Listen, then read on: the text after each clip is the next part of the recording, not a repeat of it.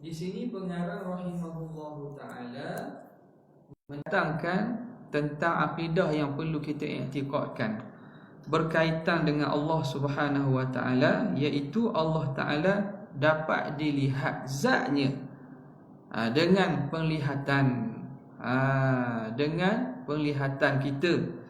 Bila tu?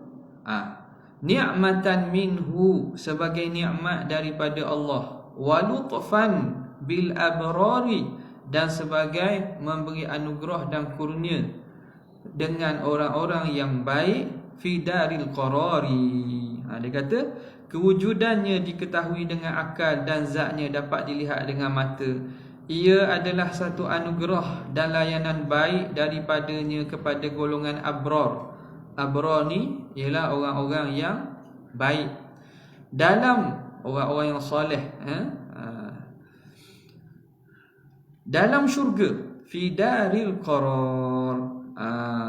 Bila dapat melihat Allah itu? Dalam syurga. Jadi di sini akidah ahli sunnah wal jamaah, Allah dapat dilihat. Kerana apa? Kerana Allah itu mawjud, Allah itu ada. Dan kaedahnya kullu mawjudin yasihu an yura, setiap yang wujud itu sah untuk dilihat, mampu dilihat, boleh dilihat.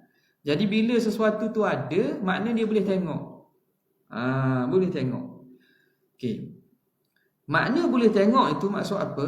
Ada kemampuan untuk tengok. Adakah boleh tengok di mana-mana tu, dalam situasi mana? Itu tak dibincang tu. Contoh kita katalah sesuatu yang ada tak?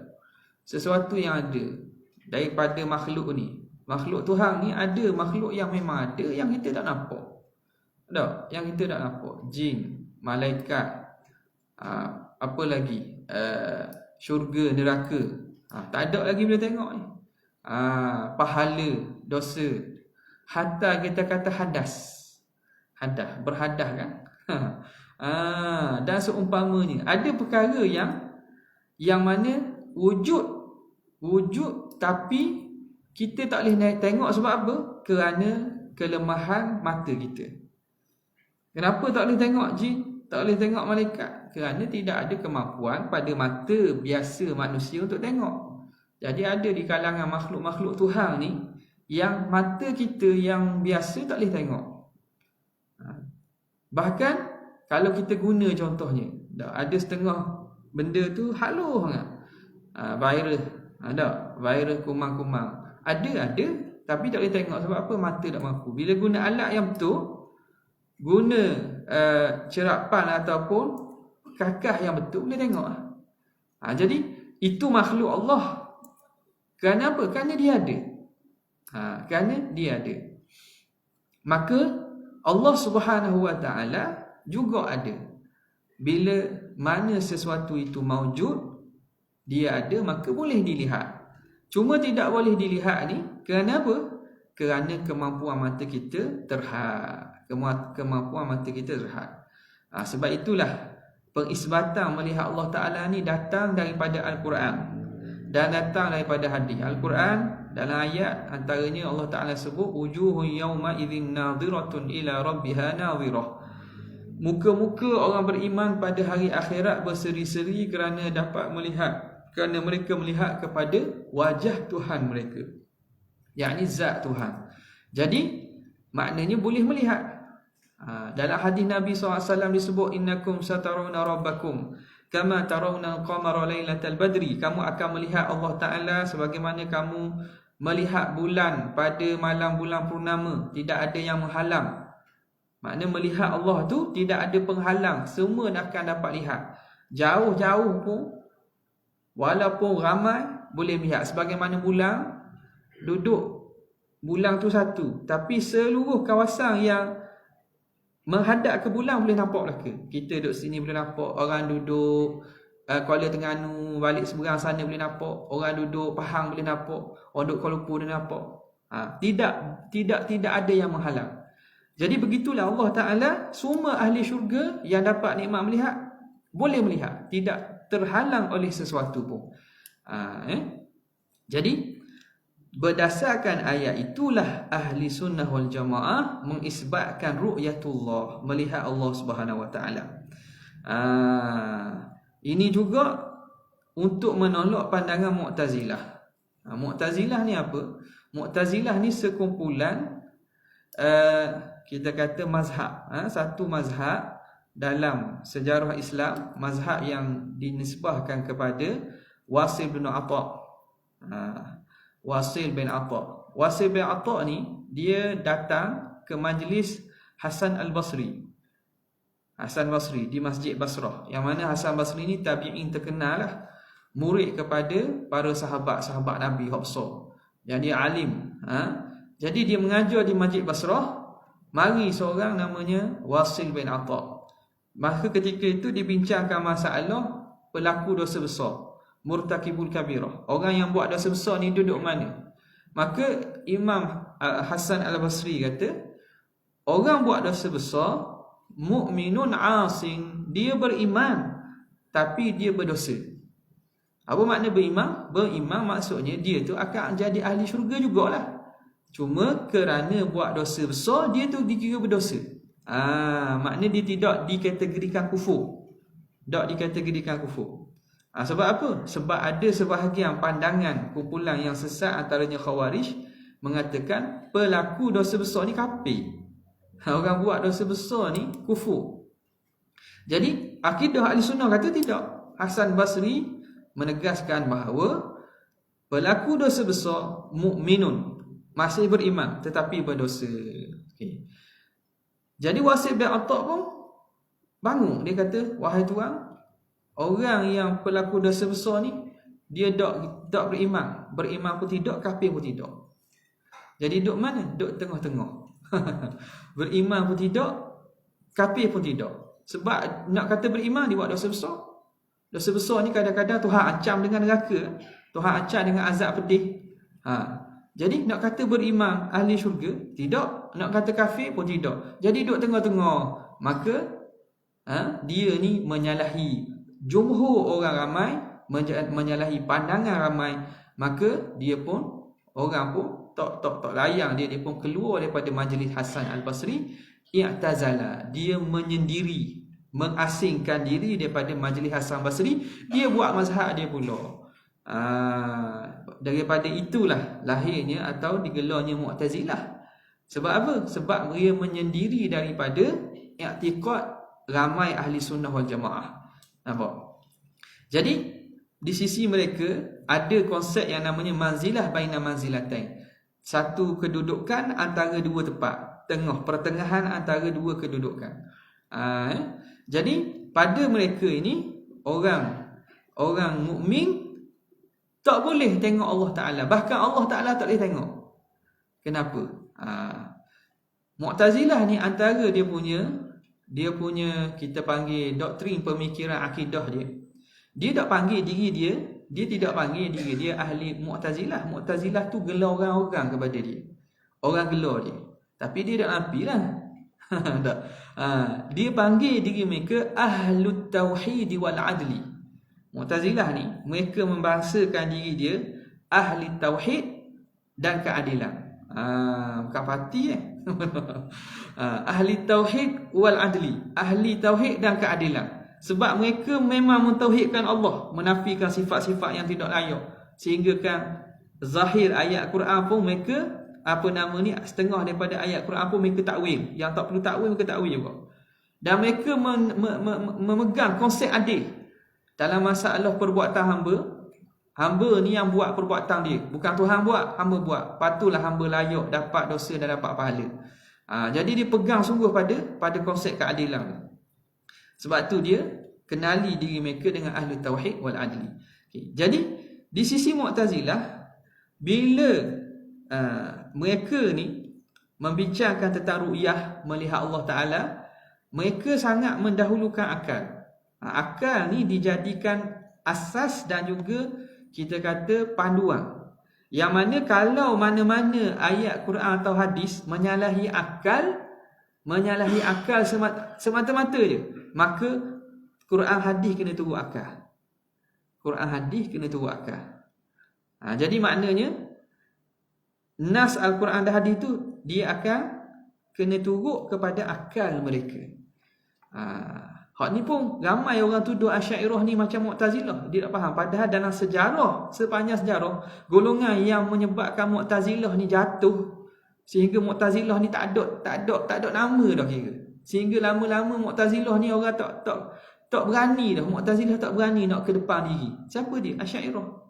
Asy'ariyah ni lah yang dalam kitab-kitab mereka hetam sungguh-sungguh kepada Mu'tazilah. Tiba-tiba mari zaman orang sekarang dituduh Asy'ariyah ni Mu'tazilah sebab kita mendahulukan akal. Tak betul. Bezanya ahli sunnah, kita akal itu menurut Quran dan hadis. Akal itu digunakan untuk memaham Quran dan hadis. Bukan Quran dan hadis terpaksa dikekang, terpaksa ikut turut pemahaman akal. Bukan. Beza dia gitu. Jadi beza sangat ni, perincian ni memang kita kena perhati betul lah dalam masalah-masalah tertentu baru kita nampak beza. Secara umumnya kita boleh kata Mu'tazilah mendahulukan akal daripada nas, daripada Al-Quran hadis. Ahli sunnah, Al-Quran dan hadis itu, akal itu dia menurut kepada Quran dan hadis. Dia menjelaskan bagi Quran dan hadis. Jadi kalau kereta api tu, pala robot kereta api tu, Mu'tazilahnya akal, hak lain tu dia. Kita hak utamanya, hak enjin kereta api tu, pala robot kereta api tu ialah nas. Akal akan turut ikut nas. Nampak? Okey. Jadi di sisi Mu'tazilah nak tengok Tuhan, dia kata benda itu sesuatu boleh dilihat kalau benda itu ada depan kita, benda yang jenis tokar, lepas tu ada jarak tertentu, ada cahaya dan juga dalam cahaya dan juga dekatlah. Jadi syarat-syarat melihat tu mesti ada gitu. Sama ada melihat makhluk atau melihat Tuhan. Jadi kalau kita kata boleh tengok Tuhan, maknanya Tuhan tu mesti bertokar duduk depan, lepas tu ada jarak. Jadi mereka kata mustahil, maka tak boleh tengok Tuhan. Tengok, dia letak akal dulu. Jadi kerana kalau boleh tengok, lazimlah Tuhan tu berbetul, ada jarak dengan kita, kemudiannya ada cahaya dan seumpamanya, barulah boleh tengok. Dan itu mustahil, maka kita tak boleh tengok Tuhan. Tuhan ada tapi tak boleh tengok. Nampak? Dah ayat Quran tu mereka takwil kerana nak ikut kepada akal. Pada hari akhirat muka orang beriman berseri kerana melihat, bukan melihat Tuhan, melihat nikmat Tuhan. Dia takwil situ, melihat nikmat Tuhan. Okay. Kita ahli sunnah macam mana jawab? Kita kata tidak. Syarat melihat ini mesti ada benda itu bertokar, duduk depan, jarak dekat, itu melihat makhluk sama makhluk. Dalam situasi biasa di dunia memang begitu.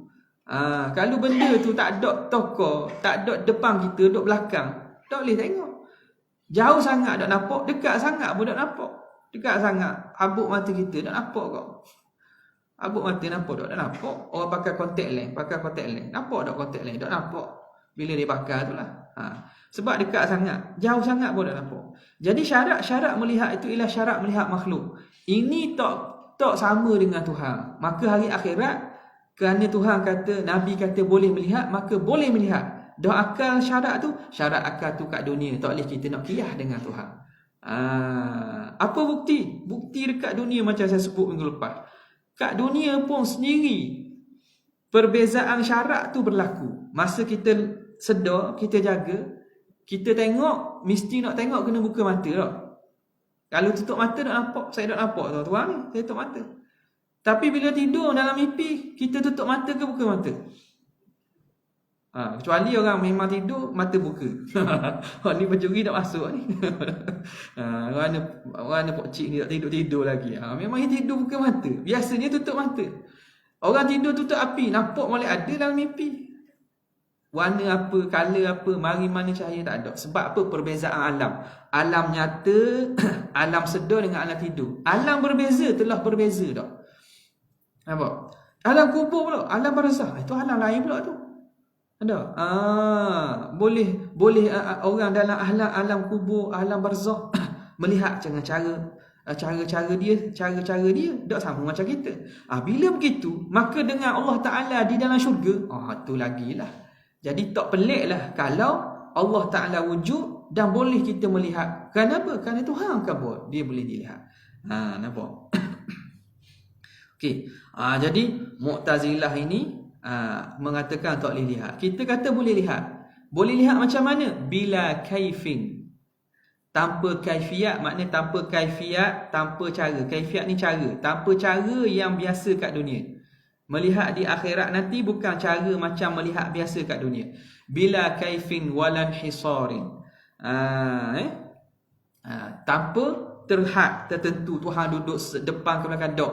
Waktu kita tak boleh nak bayangkan. Kena tunggu buat amal molek masuk syurga lah.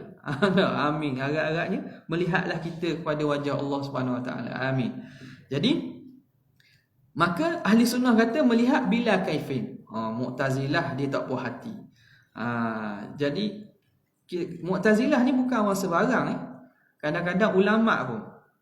Ulama-ulama mazhab Syafi'i ada Mu'tazilah. Ulama-ulama tafsir ada Mu'tazilah.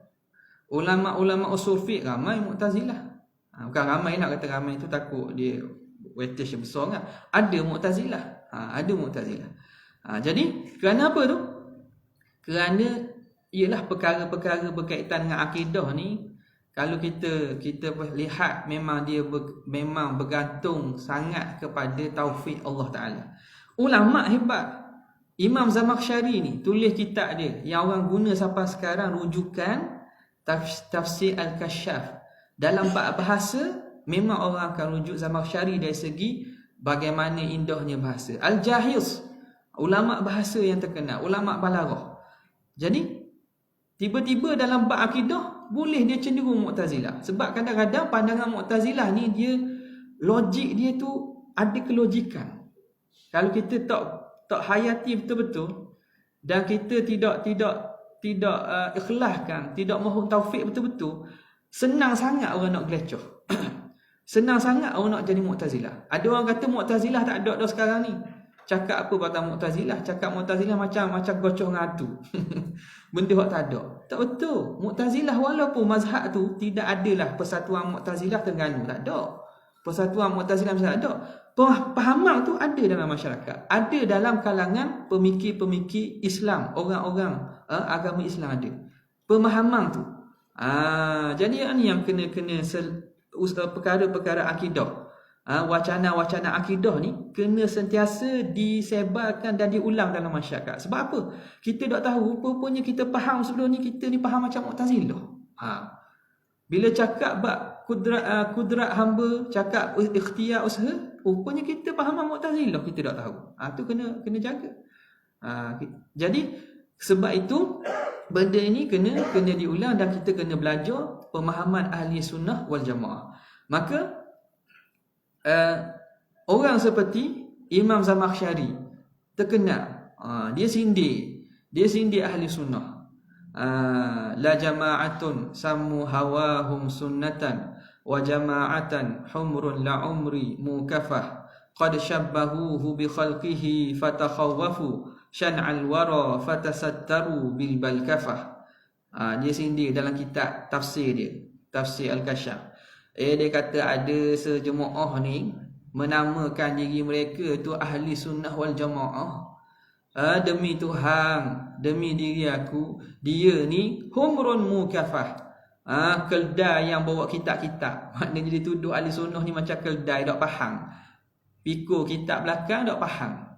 Qad syabbahuhu bi khalqihi fatakhawwafu. Mereka ni menyamakan Tuhan dengan makhluk sebab mereka kata boleh tengok Tuhan. Dituduh kita kata boleh tengok Tuhan, maknanya kita menyamakan Tuhan macam makhluk. Dengan pemahaman dia nak tengok Tuhan mesti macam makhluk. Sebab tu dituduh kita yang mengatakan boleh tengok Tuhan, kita menyatakan bahawa Tuhan macam makhluk, padahal tidak. Dia kata mereka ini menyamakan Tuhan dengan makhluk. Fatakhawwafu syan'al wara fatasattaru bil balkafah. Jadi mereka bimbang celaan orang ramai, mereka pun tutup kata dengan balkafah. Itu nahtul al-lughawi dipanggil singkatan kepada bila kaif. Mereka kata boleh melihat, tapi bila kaif melihat bukan dengan kaifiat. Dia sindir dalam kitab tafsir dia. Ulama kita jawab balik. Zaman dulu apabila keluarnya pandangan-pandangan sesat, mesti kena ada di kalangan ahli sunnah kena tolak balik pandangan-pandangan sesat ini. Antaranya Abul Hayyan dalam kitabnya menukilkan daripada Qadhi Abu Bakar jawapan balas kepada Imam Zamakhsyari ni. Dia kata apa? Syabbah tajah la sadra ummati Ahmada wa dhawil basairi bil hamiril mukafah wajabal khasaru alayka fanzur munsifah fi ayatil a'rafi fahyal munsifah ataral kalima ata bijahlin ma ata wa ata syuyufuka ma atau an ma'rifah innal wujuha ilaihi nadhiratun bidha ja'al kitabu wa qultumu hadha safah nataqal kitabu wa anta tantiqu bil hawa fahawal hawa bika fil mahawil mutlifah. Apa dia jawab? Dia kata syabbah tajahla sadra ummati Ahmada. Kata kamu ni Zamakhsyari boleh musamakan golongan awal Islam salah-salah ni dengan keldai yang membawa kitab-kitab. Wajab sabbahta sadra jahlan sadra ummati Ahmada wa dhawil basairi bil hamiril mukafah. Dan orang yang mempunyai penglihatan mata hati ni musamakan dengan keldai yang bawa kitab. Wajabal khasaru alaika, dia kata wajiblah mendapat kehinaan bagi kamu. Fanzur munsifa, cuba tengok secara insaf fi ayatil a'raf, dalam surah ayat al-a'raf. Dalam surah ayat al-a'raf Allah Taala menceritakan kisah Nabi Musa meminta Rabbi arini anzur ilaik, kan? Ya Allah, aku nak tengok kamu. Nabi Musa minta nak tengok Tuhan. Okey, macam mana hujahnya? Ulama kita kata ayat itu diminta oleh Nabi Musa tengok Tuhan. Tapi Tuhan kata kalau nak tengok aku, tengok bukit. Kalau bukit tu tak pecah, kekal, maknanya mu boleh tengok aku. Okey, sekarang ni dia pendalilan dia mantik sikitlah, tapi kita ambil jalan mudah je. Sekarang ni isunya Nabi Musa minta dengan Tuhan perkara yang diminta oleh Nabi takkan perkara mustahil, kerana mustahil para Nabi jahil tentang sifat ketuhanan. Mustahil para Nabi, para Rasul, dia jahil tentang sifat ketuhanan. Jadi benda yang diminta oleh Nabi Musa tu benda harum lah. Tapi kenapa Nabi Musa tak boleh tengok? Sebab Tuhan tak izin tengok je. Kerana Tuhan tak izin tengok. Dia tengok bukit pun tak mampu tengok. Tengok bukit pecah pun pesang. Tengok bukit pecah pesang tak nak tengok Tuhan mana. Jadi benda tu boleh dilihat tak? Boleh. Tapi tak boleh tidak dilihat oleh Nabi Musa. Kerana apa? Memang dia tak mampu. Keistimewaan melihat Allah di dunia ni hanya diberi pada Nabi SAW. Pandangan ahli sunnah kita, Nabi seorang je boleh melihat Allah sebagai keistimewaan yang tak ada pada orang lain pun pada malam Mi'raj. Hak lain tak boleh. Hak lain di akhirat nanti. Nabi Musa minta pun tak boleh. Jadi cuba kamu lihat dalam surah A'raf tu. Munsifah fi ayatil a'rafi fahyal munsifah. Apa dia kata? Ataral kalima ata bijahlin ma ata. Mu ingat Allah Taala yang turunkan ayat Quran tu dia datangkan dengan kejahilan ke? Tiba-tiba syekh kamu, guru-guru kamu, tok-tok guru Mu'tazilah tu, padahal mereka itu datangkan dengan kejahilan. Ma atau an ma'rifah. Mereka mendatangkan pandangan bukan dengan pandangan makrifat, bukan dengan pandangan yang benar. Innal wujuha ilaihi nadhiratun bidha, sesungguhnya muka-muka orang beriman akan melihat kepada Allah Taala. Wa bidza ja'al kitab, dengan itu ayat Quran datang. Fakultumu hadza safah, tiba-tiba mu kata benda ini sia-sia. Benda ini cakap omong-omong kosong. Ayat Quran kata muka-muka orang beriman boleh melihat Tuhan. Mu kata tak betul. Mu kata ini omong-omong kosong, tak boleh tengok Tuhan. Jadi dia balas balik percakapan ataupun syair yang dibuat oleh Zamakhsyari, menunjukkan bahawa i'tiqad ahli sunnah wal jamaah ini boleh melihat Allah Subhanahu wa taala. Sebab tu dia kata sini sebagai anugerah. Jadi ulama kata dah Mu'tazilah ni mana Mu'tazilah? Mu'tazilah ni di sisi pandangan ahli sunnah dia tak kafir. Selagi mana pandangan tu pandangan besar-besar dia itulah, pandangan umum dia tu, dia ada beberapa konsep tu tidak membawa kepada kufur. Dia masih dalam kelompok Islam, ahli kiblat, tapi ahli kiblat yang terpesong akidah. Akidahnya tidak bawa pada kafir, tapi akidahnya akidah yang menyebabkan fasik, dosa besar. Jadi sesat dalam akidah ni dosa besar, dosa besar. Itulah golongan Mujassimah ke Musyabbihah pun sama. Masih Islam. Dia orang Islam, tak boleh kita kata kafir. Sebab dia tidak, akidah mereka tu tak sampai kepada had menyebabkan mereka keluar daripada Islam. Cuma lari daripada jalanan ahli sunnah wal jamaah, apa yang ditinggalkan oleh Nabi dan sahabat. Jadi itu dianggap dosa. Jadi golongan ini, kalaulah maknanya akhirat Tuhan hisap-hisap, jasa dia besar, masuk syurga juga. Masuk syurga juga. Sebab apa? Dia masih beriman. Masih beriman. Okey. Sebagai apa? Ni'matan minhu, anugerah pada Tuhan. Wa lutfan bil abrar fi daril qarar, pada negeri yang kekal. Itmaman lin ni'am. Dia kata sebagai pelengkap kepada nikmat-nikmat, bin nazari ila wajhihil karim, dengan melihat kepada wajah Tuhan yang mulia. Allahumma rzuqna an-nazara ila wajhikal karim. Jadi itu nikmat yang paling besar, sehingga kan apabila seseorang tu melihat Allah, lupa dia pada nikmat-nikmat lain dalam syurga.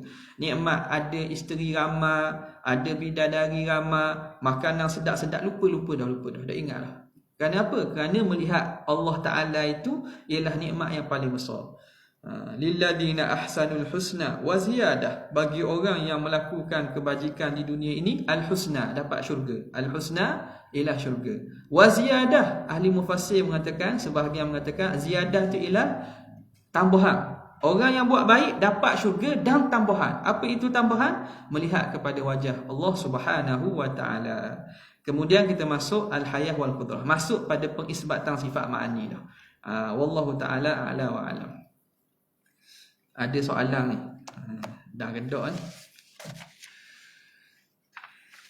Surau, Assalamualaikum. Waalaikumsalam. Surau atau masjid biasanya diadakan kuliah selepas maghrib. Masanya terlalu pendek, tetapi apa yang berlaku, ada setengah imam berwirid dan berdoa terlalu panjang. Sedangkan kuliah agama itu penting. Apa pendapat Ustaz? Pendapat saya, jangan tinggal wirid tu. Maknanya benda hak kita boleh dilajukan, tapi janganlah lepas daripada semayang tu doa terus ataupun astagfirullah. Dia ada kelebihan belaka. Wirid tidakkah datang, kita baca dalam hadis-hadis yang Imam Nawawi sebut dalam azkar, ulama-ulama yang menghimpunkan wirid-wirid lepas semayang kan. Mayang garik dengan mayang subuh ni wirid dia panjang sikit pada orang lain. Sebab apa? Sebab ada kelebihan itu. Yang baca 10 kali la ilaha illallah wahdahu la syarika lah, lahul mulku wa lahul hamdu, yuhyi wa yumiitu wa huwa ala kulli syai'in qadir 10 kali. Allah Taala akan jaga sampai aku pagi pula jaga sampai ke malam. Dah.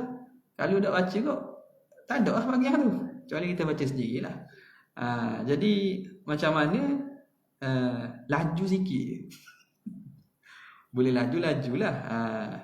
Kalau boleh laju-lajulah, tapi jangan laju siapa tak tahu apa kan. Tapi janganlah makna tinggal. Pandangan saya lah, ada orang kata pendek-pendek dah. Ayat kursi, lepas tu doa. Ayat kursi doa. Hak kuliah ni boleh saja dilewatkan sikit ke. Tak.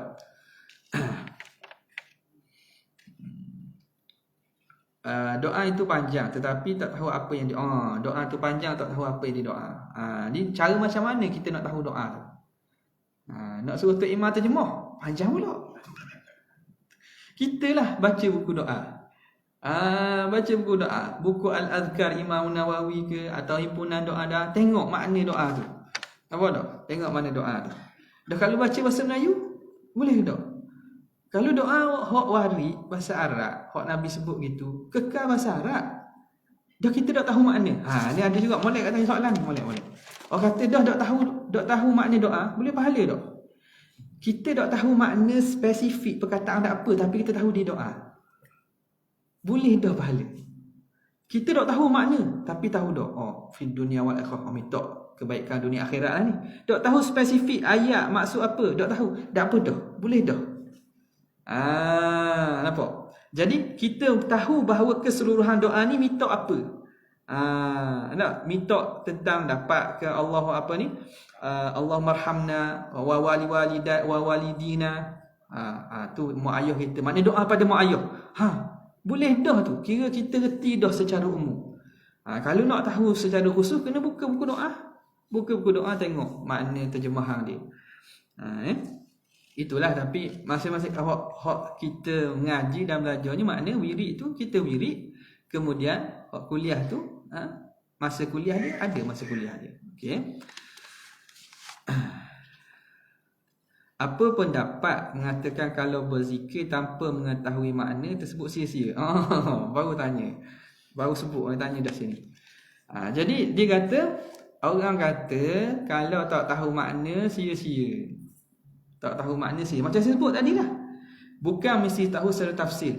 Tahu secara jumlah bahawa itu doa. Sebab itulah bila doa yang ma'thur ni disuruh baca bagaimana doa. Doa tu juga. Sebab apa? Sebab tak syarat kita tahu setiap kalimah. Tapi kita tahu doa itu minta apa? Minta doa. Kita tahu dah. Cukup dah.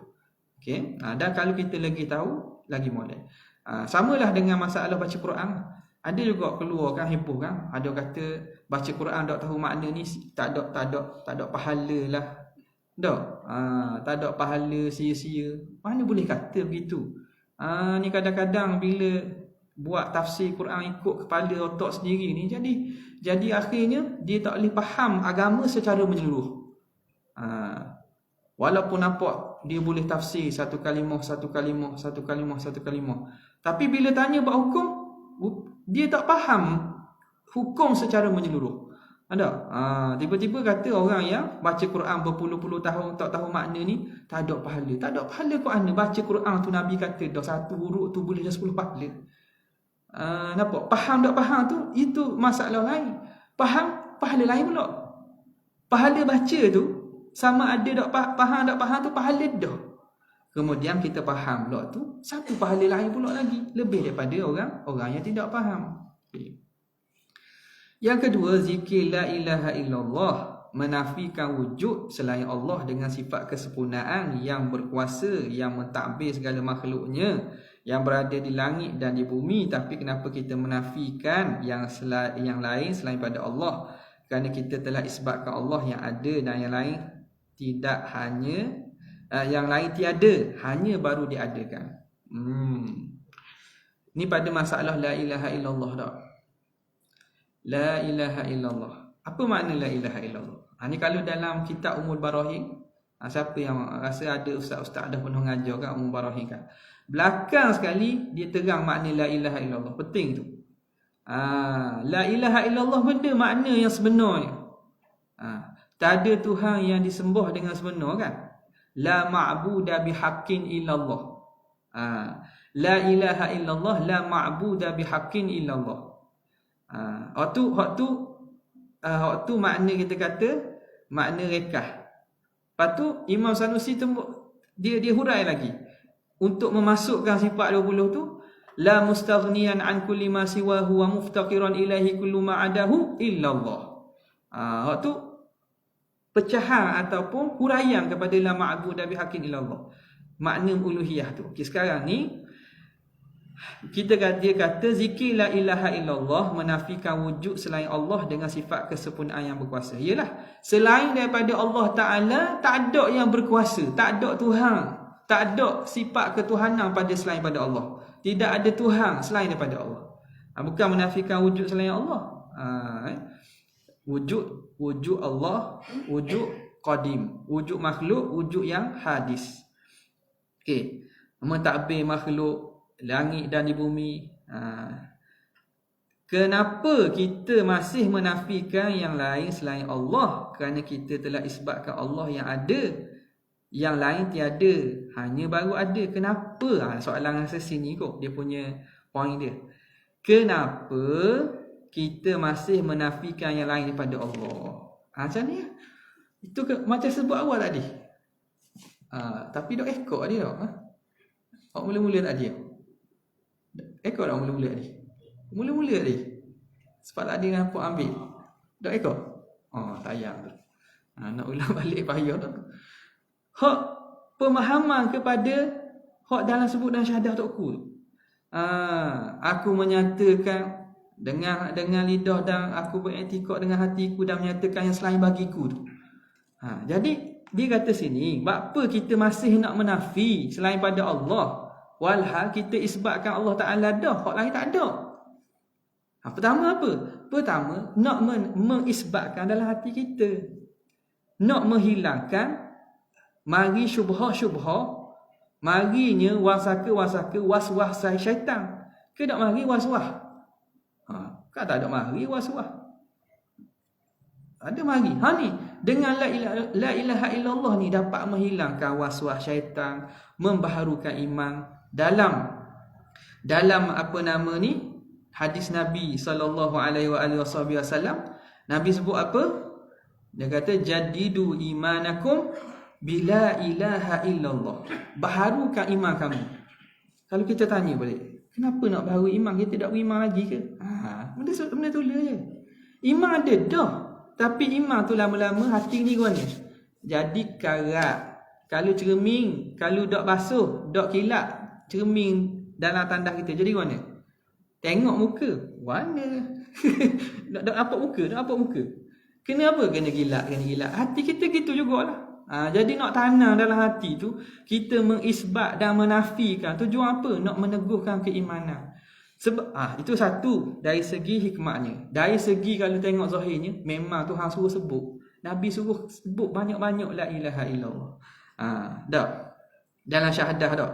Asyhadu an la ilaha illallah. Artinya aku ketahui, aku tahu. Dan aku i'tikad dengan hatiku. Dan aku nyatakan bagi yang lain daripadaku. Tengok tu.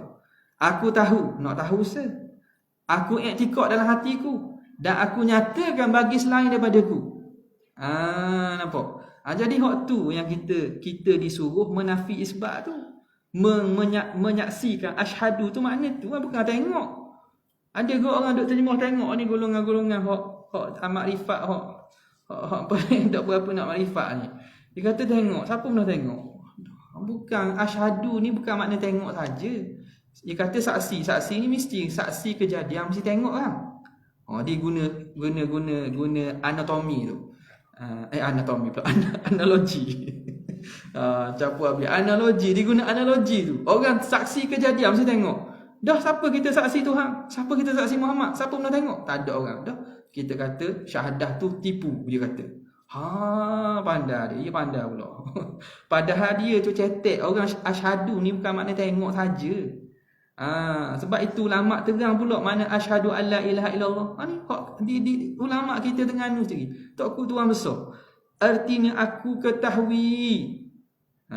Dan aku i'tikad dalam hatiku. Dengan hatiku dan aku nyatakan bagi yang lain daripadaku akan bahawa sungguhnya tiada Tuhan yang disembah dengan sebenar melainkan Allah. Panjang lagi lah. Boleh tengoklah, tuan-tuan tengok sini. Okay. Yang ketiga, Allah telah takdirkan sesuatu dari azali. Adakah takdir akan berubah? Apabila sesuatu tersebut disebutkan tak. Apa yang Tuhan takdir azali dipanggil qada' mubram. Yang tak berubah ni takkan berubah. Apa di ilmu Tuhan takkan berubah. Apa yang dalam ilmu Tuhan takkan berubah.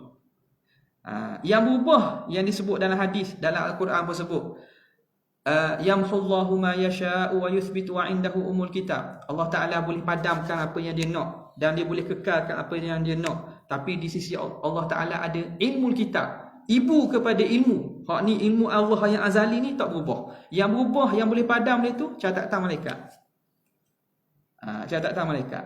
Hak tu yang kata nak malam ni 10 Syaban malaikat turun dak sebut apa yang akan berlaku pada tahun tu Yang kita minta doa kalau ada perkara yang tak baik ataupun bala, minta Allah Taala jauh. Mana? Hak dalam catatan malaikat. Hak di ilmu Tuhan tak berubah langsung. Kalau berubah, lazim Tuhan tu jahil. Hak di catatan malaikat. Yang mana bila buat kebajikan bertambah umur. Bertambah umur macam mana? Ini kata pada catatan malaikat. Yang mana Tuhan tahu dah. Orang ini akan sedekah, orang ini akan sambung silaturahim, maka umur dia bertambah. Jadi itu pada catatan para malaikat. Saya rasa boleh dapat sekadar tu. Untuk kali ini insya-Allah kita akan ada masa kita akan bertemu lagi pada bulan hadapan. Wabillahi taufiq hidayah. Assalamualaikum warahmatullahi wabarakatuh.